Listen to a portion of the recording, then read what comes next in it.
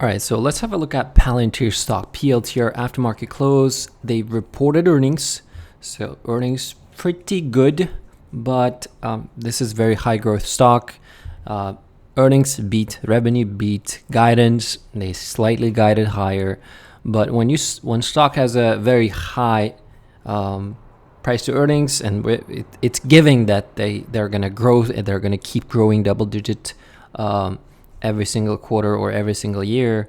I mean, that's what happens. It has to surprise the market by a lot in order for this stock to push higher. But even right here, right now, well, this stock is, if you just compare it from Friday close, I mean, it's just gave back today's rally.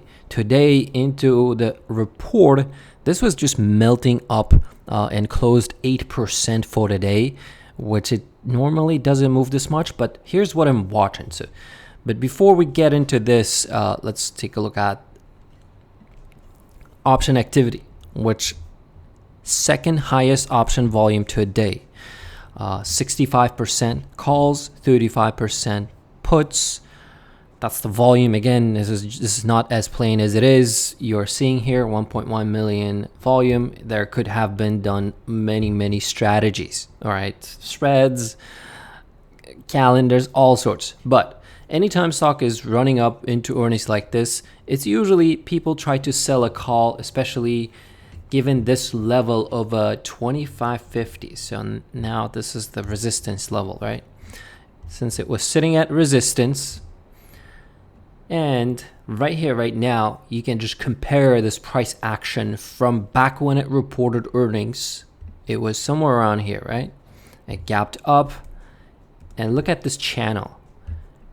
So if you were somebody who was plainly just like me, I like to trade directional options. I don't like to do credit spreads. I don't like to do like calendar and all sorts of strategies. If you were not somebody who was selling options to the downside or to the upside, you lost on this money if you were directionally trading it to the upside or downside, unless you have like very far outside leaps, let's say 2026 or something like that. Maybe you didn't get hit as much. But if you were trading like weeklies, monthlies, you most likely lost money. So the point is, going into tomorrow, yes, it will be a little bit volatile after earnings report, just like it does every time it reports earnings. I have shown this many times. This is a monthly chart of Palantir. You can see earnings report, stock moves, volume is higher, and then it just chops. Stock reports, comes down, chop until next earnings report. Next earnings report, stock moves, chops again. Another earnings report, stock moves and chops until next earnings report. I don't like this like stair step. Like this is on a monthly again, okay? This is not a smaller time frame. So I would have been shaken out many times if I was trading options on this name or even stock. So the point is, this is a perfect stock for people who sell premiums, both sides. But right here, right now, well, it can do whole a lot of nothing. It can be little volatile between this, what's the resistance? 25.50 and 24.50. But until it breaks out of this resistance, which is a resistance ultra short term, I'm not going to be entertaining like going long or short. And if you are somebody who's trading ultra short term, you're just wasting money on a directional bet on this name. It's not that name to do that. So I'm watching 25.50 as a resistance. And if I bring up the moving averages, you can see this 50-day SMA 23.41.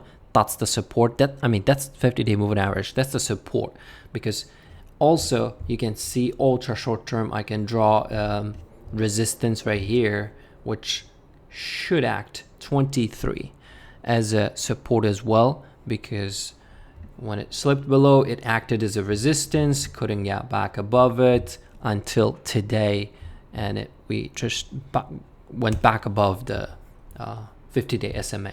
If we zoom out a little bit more, yes, this stock right here, right now, Still in an uptrend, but again, options traders, you gotta be careful. But I'm watching this pattern. $20, well, if it flushes more, that's your near 200-day moving average. But $20 is pivotal level support if 50-day doesn't hold. But we'll see tomorrow what they do.